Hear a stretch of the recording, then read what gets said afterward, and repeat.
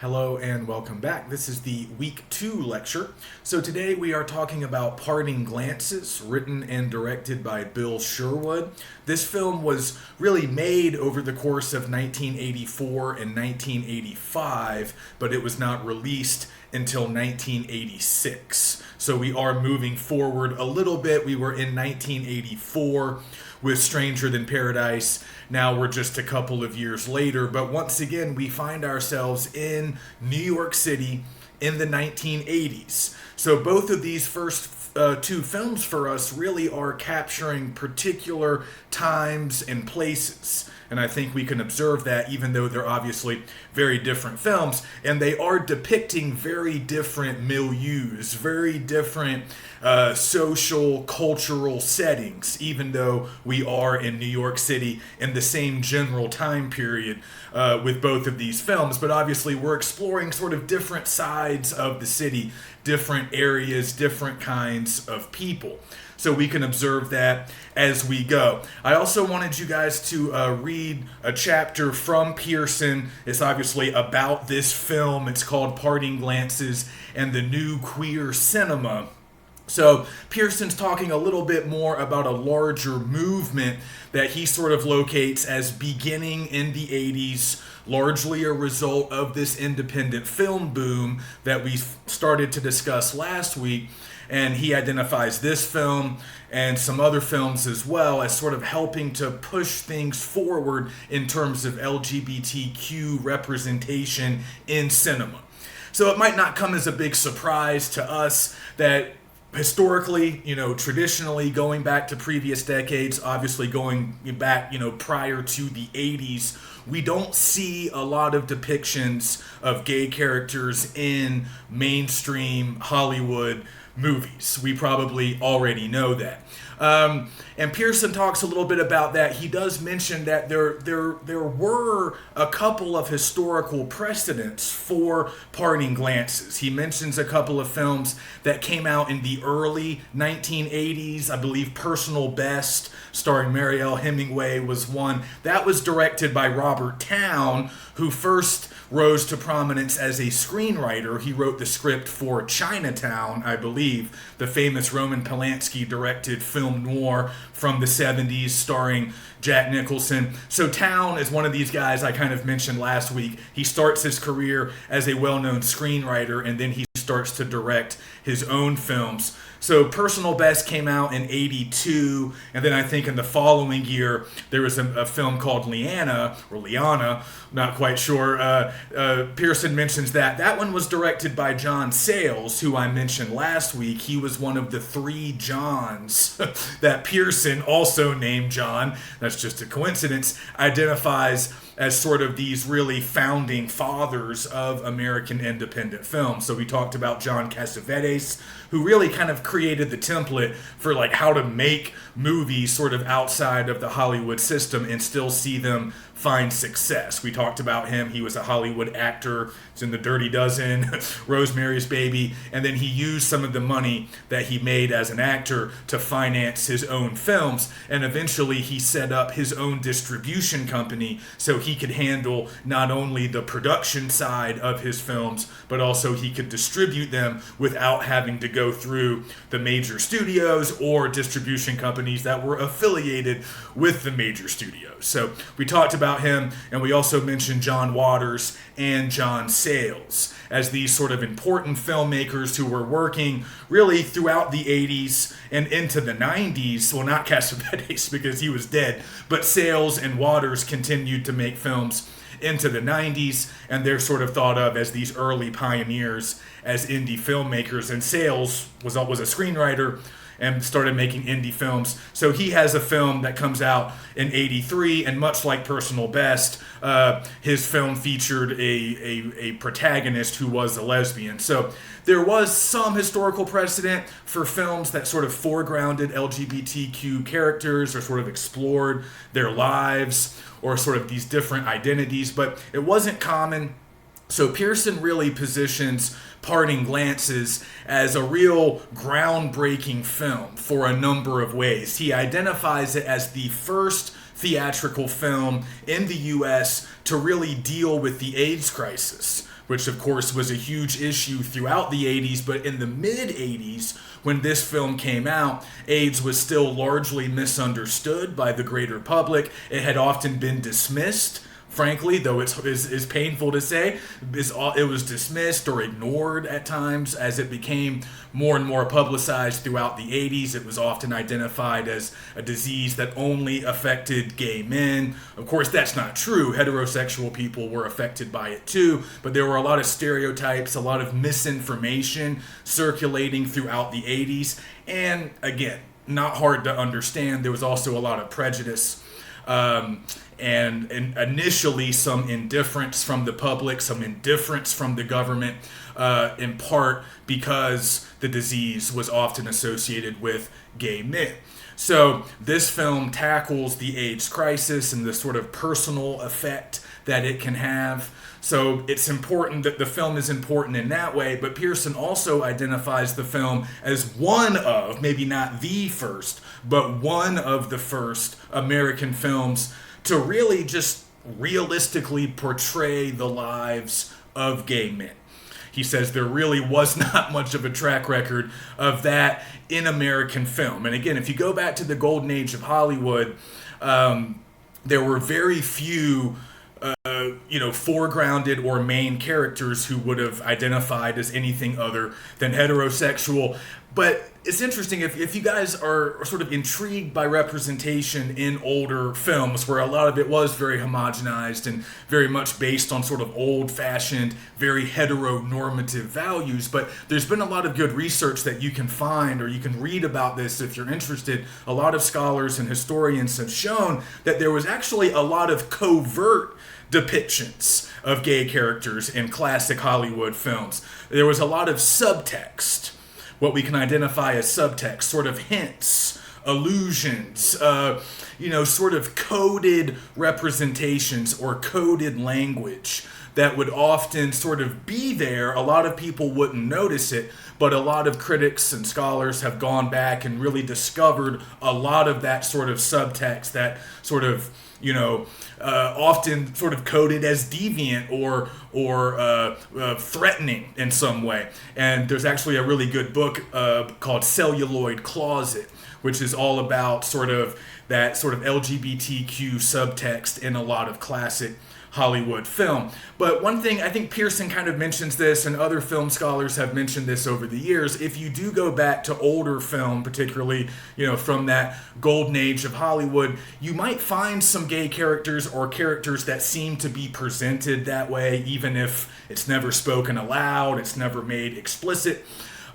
You might see some of that, but oftentimes those characters were presented as deviant, abnormal, strange. They were often stereotyped or sort of made into caricatures. So that's what Pearson means when he says this film here is really realistically portraying the lives of gay men and sort of normalizing gay characters in a way that had not often been done in previous film. So often when Hollywood did sort of attempt to portray non-heteronormative sexualities or identities, they would either sort of grossly simplify, maybe get certain details wrong, or they would even sort of villainize those characters sometimes. Again, those characters would often be portrayed as, like othered, abnormal in some way. And even if the representations or portrayals weren't necessarily negative, even if they were designed to sort of engender sympathy on the part of the audience, another thing that's been pointed out is that there was still kind of a problem with a lot of those representations, because even if the portrayal was somewhat positive, there was still this sense that a lot of gay characters were sort of tortured and anguished because of their sexuality, and they were struggling with some kind of identity crisis, or maybe dealing with, rejection from society, which was of course a real thing. But there was this sense that these characters were often damaged, they often needed help, they were often dissatisfied with themselves, which are kinds of, those are kind of negative stereotypes in their own way. So what we see in this film which is very different from what we had seen before, is we see homosexuality, presented as not really a problem to overcome or some kind of obstacle or some kind of impetus for an identity crisis. It's just a normal part of life. I mean, we see characters who in many ways are, living lives that are pretty similar to the lives of heterosexual characters that we see in movies, right? They have apartments, they have relationships, they have jobs, they dress in typical clothing. They seem like pretty normal, typical people. And of course, those words are difficult to get a handle on. What is normal? Who really is normal? But just based on kind of societal expectations, things that we expect, things that we see, this is what critics say, or this is what critics or scholars mean when they talk about normalizing a marginalized group of people, presenting these people as pretty normal. They're not constantly, questioning themselves or their choices in life. They're not tortured by their sexuality. They accept one another. They largely accept themselves. They seem pretty comfortable with themselves, and they seem pretty comfortable in this larger sort of social fabric that we can observe here. Again, this is a sort of subculture we might think of, or just a sort of a particular corner of New York City. Again, it's very different from the New York City that we saw in Stranger Than Paradise. I don't think Willie lives down the street from these guys. I don't think he's living near Michael or Robert. These are very successful individuals, right? These characters in Parting Glances, they have good jobs, they live in nice apartments, they have nice things, expensive clothes, they seem to be certainly at a higher socioeconomic status. They occupy a higher position socioeconomically than Willie does, who's kind of a broke hustler living in a crappy apartment. So even though we're back in New York City in the 80s, again, we're in a different neighborhood. We're around a lot of successful professionals who have vibrant social lives, interesting jobs, and it just so happens that many of them are LGBTQ. So again, it's presented as very normal, very typical in this world, in this sort of social, cultural milieu. And that was different from the way LGBTQ characters had traditionally been presented. So that's very important to Pearson. He sort of locates this movie, even though it wasn't hugely successful financially, it didn't make a whole lot of money at the box office, and it wasn't really watched by all that many people when it first came out. It's sort of been rediscovered, but Pearson still locates it as being a part of this important movement, what he calls sort of this new queer cinema that was beginning to sweep through the country. More and more films coming from LGBTQ voices, different perspectives, different experiences, and a more authentic look at these sorts of lives. Because even even if you go back to those movies I mentioned previously, Personal Best or the John Sayles film, those might have been portrayals of gay characters, but they were written and directed by heterosexual white men. And that's not always an issue, but if you want a more authentic portrait, you might want to turn to a film like Parting Glances or a film like Go Fish, which Pearson also mentions. There's a chapter devoted to Go Fish in this book. But I think he mentions that film in the chapter about Parting Glances. Another example of what he calls the sort of new American queer cinema. Go Fish was about lesbian characters in Chicago, and it came out, I believe, in 1994. Almost a decade later, but Pearson was involved in the distribution process for both of those films. So he sort of pats himself on the back a little bit and takes some credit for helping to sort of jumpstart a new sort of generation of LGBTQ themed films, often written and directed by LGBTQ artists that were providing a more authentic look into the lives of these kinds of characters. And again, in some ways their lives were very similar to the lives of many heterosexual characters, but there is that specter of AIDS that hangs over this movie and obviously has a big impact. So we do notice some key differences as well, but again, these characters are being normalized in a lot of ways. So let's talk a little bit about Bill Sherwood, the writer-director here. He's different from most of the other filmmakers that we are studying because he had a tragically short career. And this is the only feature-length film that he ever made. So we don't have any other, comparable films to analyze from him or to compare this one to. So he had an interesting background. I believe Sherwood was originally from like the Midwest. I want to say Michigan, but it might have been like Wisconsin or Illinois, somewhere like in the upper Midwest. But he moved to New York initially to attend Juilliard on a violin scholarship. I think he was a violinist. He was a musician. And then later he switched to filmmaking.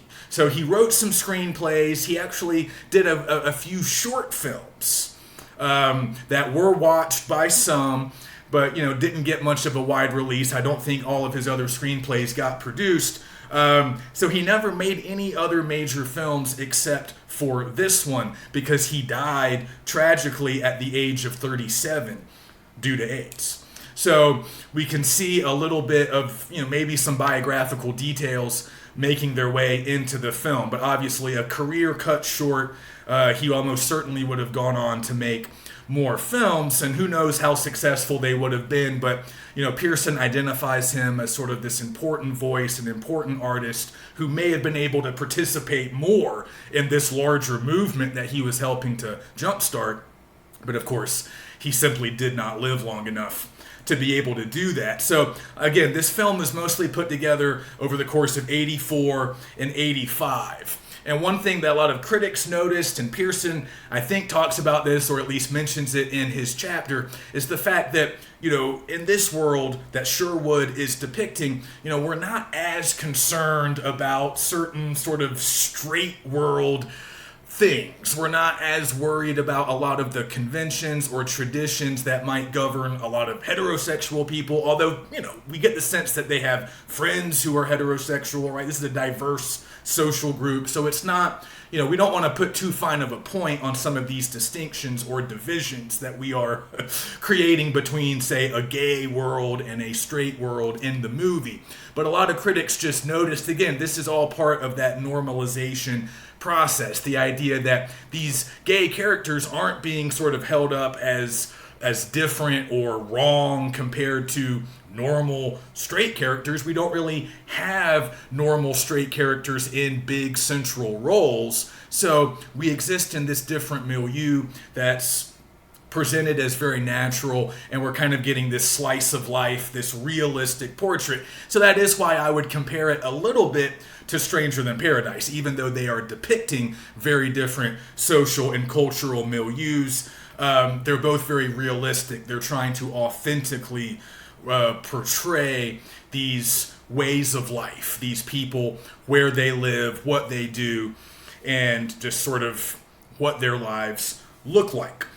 So that caught a lot of people's attention, and again, it suggested that Sherwood was going to be sort of a voice that could bring a higher level of authenticity to these kinds of characters and to these kinds of scenarios. So again, that sort of provided some sense of potential for future projects that he just never got to pursue.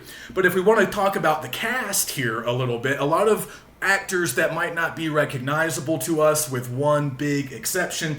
But to start with the leads, we can look at Richard Gnaung, who plays Michael, and then John Bolger, who plays Robert. Gnaung never really had much of a career beyond this film. There's actually a great anecdote that I think Pearson relates in the chapter. When this movie debuted at a big multiplex in LA, which is kind of a noteworthy event, we'll talk about that towards the end. When this movie first started to play in theaters, Gnaung was actually working at the same mall at a shoe store, clearly indicating that his acting career had not yet taken off. So he was able to just walk down to the other end of the mall and check out himself on the big screen because the movie was playing at the multiplex in that mall in LA where he happened to work. So he never quite made it as a fully successful actor, but I think he's pretty good here as Michael. Now, Bolger might not be familiar to us, but he actually was a pretty well-known TV actor back in the 1980s. He was on some pretty popular TV shows. I think he first made his mark as a soap opera performer, and then he kind of transitioned to other like sort of weekly 1 hour drama type shows on TV. So he would have been pretty recognizable as a TV actor to audiences at the time. And again, I think Pearson talks about this, but it's been well documented. Sort of an interesting fact about Bolger, he was in real life a heterosexual man with, a wife and children. And apparently after this film came out, he sort of distanced himself from the film because apparently he didn't really want to be associated with his character Robert, who's obviously, a gay man in the film. So he was sort of this hunky heartthrob from TV shows, and I guess he wanted to keep that image intact, although he still is the hunky heartthrob in this film, but obviously he wanted to maintain that sort of hetero identity. So he distanced himself, didn't attend, festivals or do interviews or really take part in any of the publicity and sort of press tour that most actors and other creative types will do as a movie after a movie debuts and is sort of making the rounds. So he didn't do that, but we can contrast his reluctance to be identified with the film and his character with Steve Buscemi, who is, of course, the one really famous actor that we do see here, somebody that most of us will recognize, a great example of a character actor who's perhaps become even more. He's pretty much a star nowadays. Even casual movie viewers know him, but he's very much like a character actor in the sense that he has a very distinctive appearance, and throughout the 80s and 90s, he played a lot of smaller roles, often playing strange or sort of criminal types in a lot of really important sort of iconic American films. Many of them were independent films. And now, again, he's pretty much a household name. You might know him from Boardwalk Empire, a show that came on HBO maybe a decade ago, 15 years ago, but he really was the lead in that show. So I would argue he's sort of transcended the limitations of being a character actor. But this is really his first big role. He had appeared in a couple of films previously, but this was really his breakthrough, his first sort of starring role, even though he really does get third billing, I would say, behind Gnaung and Bolger. I'm thinking of the coffee. So he is kind of third billing, but in many ways, I think his character, the rock musician Nick, who of course is dealing with an AIDS diagnosis, I think Buscemi's character is what most people remember the most from this film. I think Michael and Robert are well portrayed as well, but the Nick character is the most affecting and the one that's probably going to stick in our minds because Buscemi's obviously a talented performer, but that's a very complex character. He's sort of this, sort of defiant artist on one hand, but we also see the fact that he's sort of coming to terms with what at the time was a death sentence, and we probably know a little bit about the AIDS virus and or the HIV virus, I guess, which later becomes AIDS. We probably know a little bit about it and how things have changed in terms of our medical response to it. Nowadays, it's still obviously a big problem in this country and many other countries across the world and a lot of the developing world. People still die of AIDS, but there have been a lot of medical breakthroughs, a lot of advancements that we're probably aware of. So nowadays, it is possible for people to live with the illness, to still have pretty happy, functioning lives, at least for a long time, if, of course, this is the big if you can afford the medication that they've been able to develop over time that, largely sort of, alleviates a lot of the symptoms and makes it possible to continue to live a pretty typical life. It's not cheap with all the different things that you would have to take. medication-wise, but there is a path towards, a long, happy life, even if you get a diagnosis today. But that was not the case in the 80s. We had not made a lot of these medical breakthroughs yet. And again, there was still a lot that we didn't know about AIDS. Little bit similar to what we saw with the COVID pandemic in the early days. There's a lot of uncertainty, even within the medical community, as they were trying to figure out, okay, what is this? It's another one of these diseases that had sort of jumped from animals to people. We didn't really know what it was at first, and it took time. But again, a big part of that slow response is the fact that in the 80s, the virus was largely associated with gay communities, particularly gay men, which just made some people care less. So we have to acknowledge the rampant homophobia that was very much present in American society in the 80s. And we might catch a little bit of that in this movie. Again, we're mostly in this sort of insulated world where homosexuality is not a problem, it's not unusual, and everybody's really fine about it. But they do live in the bigger world. So see if you can spot a few moments where that bigger, potentially more hostile world kind of intrudes on these characters, because I do think you can find that happening at times. But anyway, for Nick, in the mid-80s, it's a death sentence, and he knows that. The people close to him know that. So he's trying to navigate this very difficult emotional time, and obviously he has a very complicated relationship with Michael. So Michael is also going through a very difficult emotional time. So Pearson has a lot of praise for the movie. He considers it to be beautifully structured and edited. So you might want to think about the editing a little bit, since Pearson draws attention to it, that aspect of post-production. But he also has some criticisms. He considers the film to be dramatically a disappointment. And I think the big reason he gives for that assessment is the fact that maybe the end of the film sort of lacks a clear resolution. And other critics argued that not all of the acting was stellar, which might be fair. I mean, Sherwood is using some non-professional actors here, another commonality with Stranger Than Paradise, but I think the leads are all pretty good, particularly Buscemi as Nick. I think Bolger is good as Robert. Ganaung, some people had a little bit of issue with his portrayal of Michael. I thought he was fine, but maybe some of the smaller roles could strike some as a little bit less convincing, and other critics thought the screenplay maybe lacked a clear direction. And Pearson mentions the ending and the lack of resolution. Just my own personal opinion is, for a film like this that's sort of trying to capture this realistic slice of life, I'm not sure that all of that resolution is necessary. You guys are free to disagree, but there's not really a definitive conclusion here. But I think that's just true to the characters and true to the situation that they find themselves in. Life is going to continue for Michael and his sort of conflicted relationships. He has a complicated relationship with Nick. He has a complicated relationship with Robert. But he'll go on, and Nick, we know, is going to die relatively soon. I mean, he hasn't gotten sick yet, not really.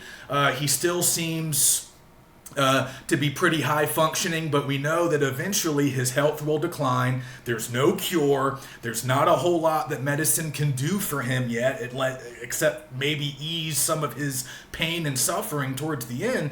So his life is going to be abbreviated, and of course Michael knows that, so Michael's going to lose him. They have this strong bond, maybe soulmates, obviously, in love, but Michael has to carry on because Nick's just not going to be around for much longer. So Michael will be left to pick up the pieces, and we don't know what that looks like yet. He doesn't know what that looks like. So there is perhaps a lack of some tidy resolution. Not all the loose ends get tied up because there is uncertainty, and that's largely a result of AIDS and the sort of mortality, that threat of mortality that gets imposed on people, the way it can change lives, affect lives, sever relationships. So there is uncertainty. There is a sense that we don't quite know what is next, but I think that's true of the characters as well. And like I've been saying, if Sherwood here is striving for this high level of realism, oftentimes, as we know, real life is not tidy. There are not definitive answers or neat conclusions. That's often true to life. So you could view the structure or the lack of a clear conclusion as a weakness, as Pearson seems to, but you could also consider that just to be a part of this larger realistic project that that Sherwood is pursuing.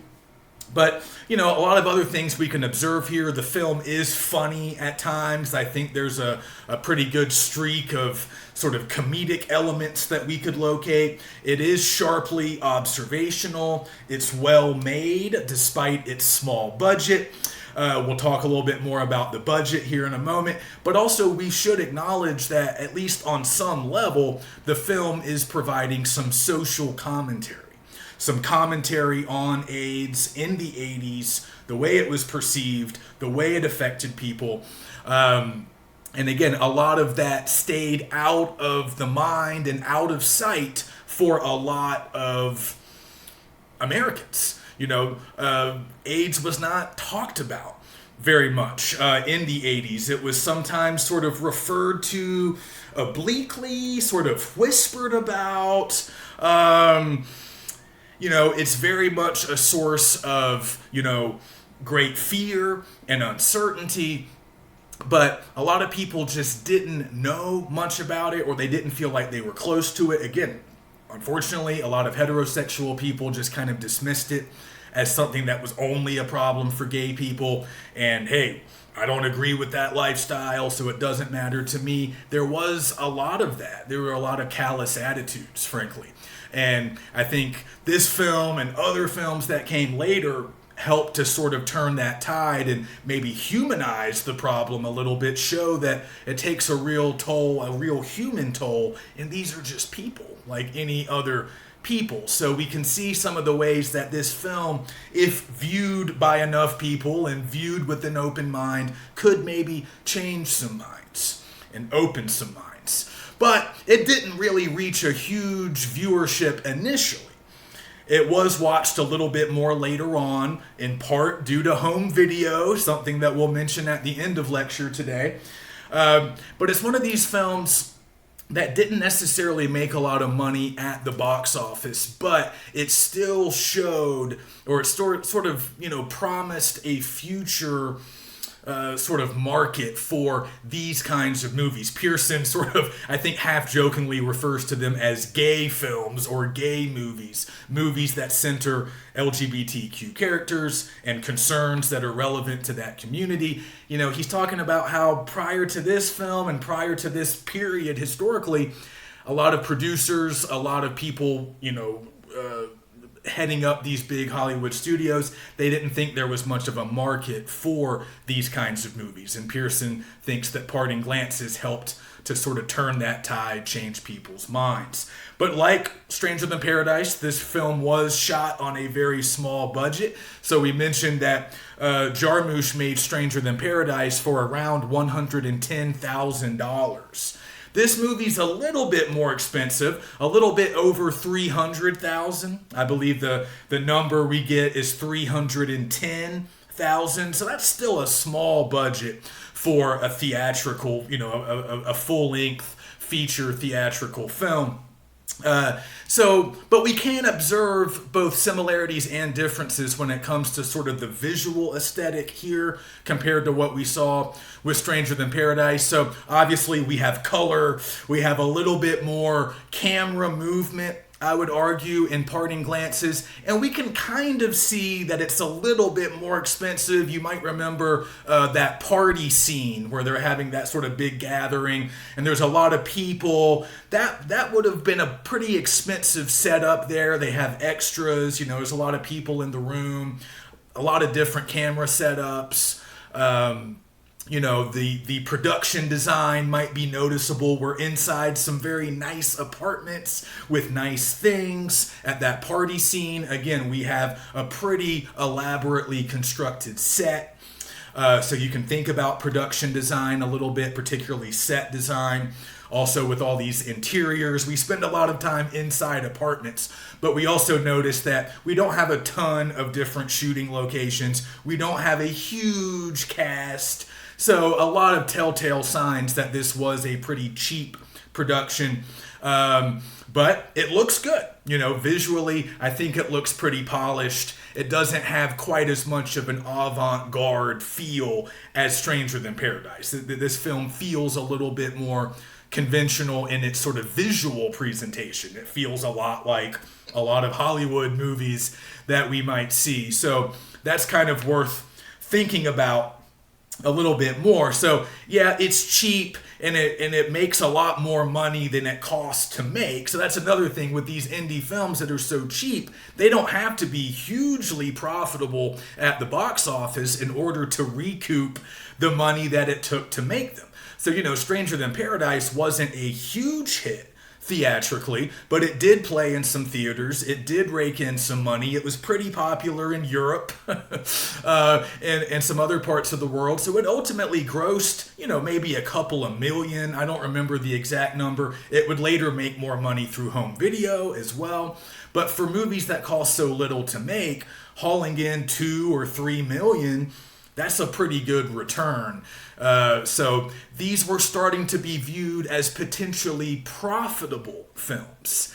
And we might not care as much about the business side of it, and that's fine, but we have to acknowledge the importance of what Pearson's kind of talking about in this chapter, sort of creating new markets and showing that indie films like these can be successful just on a smaller scale. They're reaching a sort of smaller, more specialized audience. Sure, they're not like blockbusters. They're not going to bring in that kind of money, but they can be profitable. And as studios start to notice that, we're going to see a huge proliferation in independent films because they are being viewed as increasingly profitable, so more people are willing to buy them, invest money in them, and get them made. So that really matters. So in this chapter, Pearson also talks about a couple of key developments that I just want you guys to be generally aware of. These are things that are happening in the 1980s that Pearson mentions, and they're really important. They really help to change the nature of the American film industry. So even if we're not super interested in this business stuff, we have to at least know a little bit about it. And one thing you probably noticed just from reading the chapter is that Pearson was involved in this particular film, in Parting Glances. He was involved with helping to sell the movie to a distribution company. So this is important. Pearson does this a lot. This is a role that he fills in many of the chapters. He's sort of this middleman, like I was saying last week, who helps to connect young up-and-coming indie filmmakers with big studios, or in the case of here, distribution companies that were kind of independent from the studio system. But if you had a small, cheaply made movie like Stranger Than Paradise, like Parting Glances, you needed to sell it once it was made, right? Remember the 3 phases of film: production, distribution, and exhibition. So production just means making the movie. Once it's made, we have to sell it to a distributor. If we want anybody to actually watch the movie, it's great to make a movie, but if you want anybody to see it, it has to be distributed, and then eventually it has to be exhibited to a wider audience. And like I was saying last week, traditionally, prior to the streaming age, all exhibition was pretty much movie theaters. That was really the only way you could watch movies until television came along. And then with television, if you waited long enough, yeah, a lot of movies would eventually play on TV, but that might take years after their initial theater release. So you really only had 2 options up until the 80s when it came to watching movies. You could either go to the movie theater, like people have been doing since the turn of the 20th century, or you could wait till it came on TV. That was it. Those were your only 2 choices. So typically, you had to sell that movie to a distribution company, and then that distribution company would make it available to exhibition outlets that would include movie theaters and maybe eventually TV rights. So that was the process, and Pearson is involved in that distribution stage of the process, getting these movies purchased by distribution companies so they could get a relatively wide release. Now again, movies like these, they're not playing in every multiplex throughout America. It's not like Top Gun, where you can see it in any small town, any suburb, anywhere, coast to coast. You can see Top Gun wherever you are. That's not how it's going to work for these films. They're going to get more limited releases, but that still matters. So, Pearson's talking about something important that happens involving distribution and in some cases even production during the 90s. He says, during the 80s. No, let's not jump ahead to the 90s yet. In the 80s, a lot of these old studios, some of those big studios from the golden age of Hollywood that we talked about last time, like Universal, 20th Century Fox, Paramount, a lot of those big studios started to recognize that there was some money to be made in independent film, or films that at least seemed like they were independent.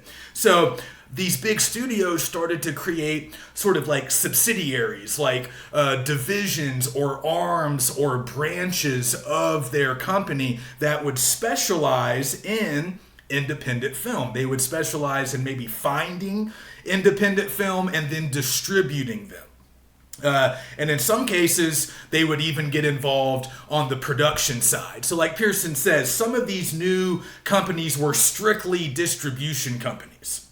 So they would purchase already completed films and make them available to those exhibition outlets. In other cases, what would end up happening was the company would become like a completely separate film studio. In some cases, they would start off as like an offshoot of the big studio, but then they would almost become autonomous. They would eventually break away and become their own standalone company. So a lot of these kinds of film studios that began to crop up in the 80s would be called independent studios. They were not part of those big old 8 studios. They functioned in similar ways, maybe on a smaller scale, but they were independent. They were outside of that old Hollywood system. But again, it gets very murky because, like I was just saying, a lot of these companies started their life as branches of big studios, and then maybe they broke away and became independent later on. So a good example of this, I think Pearson discusses this one in the chapter, United Artists, which was one of the big old studios. They created a separate division called United Artists Classics. And that was like the art division. That was the art, indie, and foreign movie division where they were sort of specializing in buying those kinds of movies and finding exhibition outlets for them. So eventually what United Artists started as kind of in-house departments that would answer to the big boss, eventually those spun off into separate companies like Cinecom and Orion Classics, Spectra Film. These are all examples. They started life affiliated with these big studios, and then they really became more like independent studios, or in some cases just independent distribution companies that would buy these indie films and then get them a release or get them some kind of home video setup, which would often be a big revenue stream as well. And then other studios followed the lead of United Artists and said, okay, we need our own classics division. And sometimes these are called the art house divisions, the indie arms or indie branches. And again, some of them eventually became their own entities, but they often started life as just a branch of one of these bigger studios. So that's why a lot of people, cynics, I would say, but they're not totally wrong, will make the argument that American independent film has never been able to flourish as truly independent for very long, because as soon as good stuff starts getting made, the big studios swoop in and either directly or indirectly take control of what had previously been an independent scene. You can certainly make that argument. I don't think that's totally wrong. It might be a little bit of a simplification, but it's not totally off base. So this is important, right? This might be a little boring, but we just need to know that it's happening in the 80s, because again, this is part of the reason we have such an indie film boom in the 80s, because there's more independent studios, independent distribution companies, or these art house classics divisions of big studios that are really looking for these movies. And in some cases, they're even getting in on the production side so they can help raise the money, get it shot, or if it's already been made, they can at least step in at the distribution level like Pearson is doing here. So Pearson knows some people who work for Cinecom. And Cinecom is one of these sort of indie companies that's specializing in indie film. And Pearson knows some of these connections from his days working on the exhibition side. So if you go back to the beginning of the book, you remember Pearson talks about when he worked for some movie theaters in Manhattan programming their movie selection. So that's the exhibition side. That's when you work for the exhibition outlets, which again were traditionally movie theaters, and Pearson was the guy who chose what movies they were going to buy from the distribution companies. And then later on, he gets involved more on the distribution side.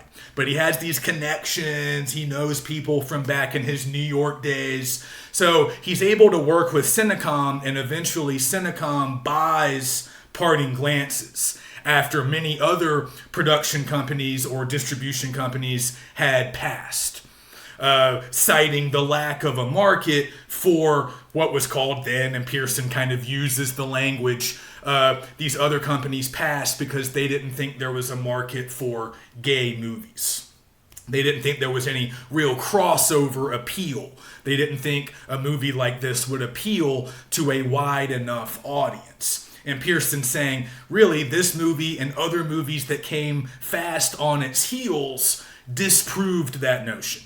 And Pearson talks about how he was convinced by Parting Glances that there were some real possibilities for a queer cinema that could be robust and profitable and could achieve crossover appeal. It could be, a fun movie to watch for anybody, not just if you share some of the identities and, personal characteristics with the characters. So Pearson sort of talks about his own belief, and then that belief sort of permeates the larger movie industry.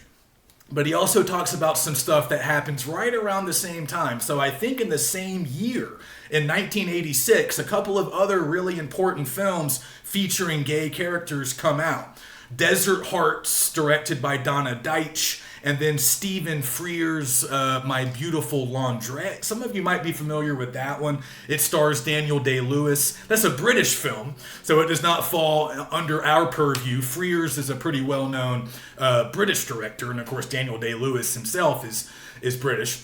But in that film, he plays a gay character, and that movie is widely celebrated. It was celebrated when it first came out. It continues to be pretty popular and watched a lot. I viewed it in school. It was when I was a film studies undergrad major, I watched that film in a class. So Parting Glances often kind of gets lumped in with those movies as well, because they all came out in 86, all around that same time. And at the time, many critics and reviewers sort of viewed Parting Glances as maybe the third of those three films. Like, maybe not quite as good as the other two, but opinion has improved over the years, particularly due to Steve Buscemi's performance. A lot of people think the writing is better than Sherwood was sort of originally given credit for. So the movie has found a little bit of a second life after its relatively limited theatrical release. It did play in the big Cineplex in LA, the Beverly Center Cineplex, which was the nation's first multiplex movie theater with, I think, like 14 or 15 movie screens. So it did play there, but pretty briefly, and it didn't play at a ton of other big theaters. But it later made some money through home video. So even though it was a pretty modest success, Pearson wants to position it as setting the stage for some important developments that would come a little bit later, and the creation of what we can call sort of a queer cinema, or that term does continue to be used even today. And near the end of the chapter, Pearson mentions one more thing that I wanted to get into here, another important development that is happening at this time during the mid-'80s, the beginning of home video. He doesn't get into it very much here, but he mentions that right as they're selling Parting Glances to Cinecom, the distribution company, the first blockbuster video rental store opens in Dallas, Texas. So this is a nice little bit of foreshadowing. This is a huge development, the rise of home video, which really does begin in the 80s and of course continues all the way through the 90s. It's huge, especially for indie films, because as we're already seeing, a lot of these indie films don't get a nationwide release. Yeah, they're going to play in New York, LA, Chicago, big cities with, vibrant film scenes and maybe some independent theaters as well. They're going to play in major cities, but if you live in a small town, if you live in the suburbs, it's going to be hard to see those films in theaters. They're probably not coming to your town. You're going to have to travel to a big city to see them. Or you could wait and rent them from Blockbuster or some other video rental store.